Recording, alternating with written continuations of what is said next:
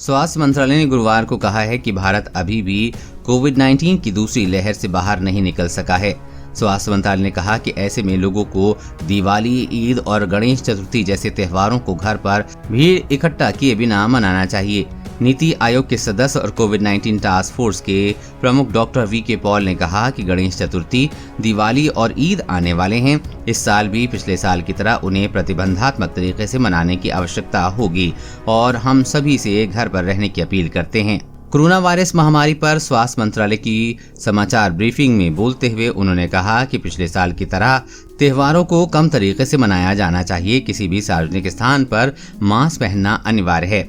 भारत में 16% वयस्क आबादी को कोविड रोधी टीके की दोनों खुराक मिल चुकी हैं। 54% लोगों को टीके की कम से कम एक खुराक दी जा चुकी है। सामूहिक समारोह को हतोत्साहित करना होगा। यदि किसी सभा में शामिल होना जरूरी है तो पूर्ण टीकाकरण एक पूर्व शर्त होनी चाहिए।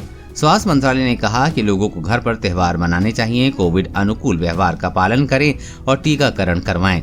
भारत में SARS-CoV-2 के डेल्टा प्लस स्वरूप के करीब 300 मामले अब तक सामने आ चुके हैं।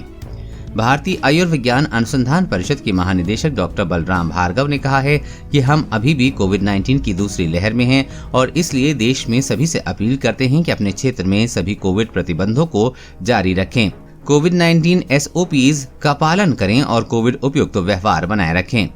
भारत ने गुरुवार को 2 महीने में कोविड-19 मामलों में सबसे बड़ी एक दिन में वृद्धि दर्ज की है। घनी आबादी वाला केरल 47,092 नए संक्रमण में से लगभग 70% और मौतों का एक हिस्सा लिए हुए है। स्वास्थ्य मंत्री मनसुख मंडाविया ने केरल की सीमा से लगे तमिलनाडु और कर्नाटक में अपने राज्य के समकक्षों के साथ बात करने के बाद एक बयान में कहा है कि केरल के बढ़ते मामलों के साथ कोविड-19 के अंतर्राज्यीय प्रसार को रोकने के लिए पर्याप्त कदम उठाए जाने चाहिए। कोरोना वायरस और कोरोना वैक्सीन से जुड़ी हर अपडेट पाने के लिए चैनल को सब्सक्राइब करें।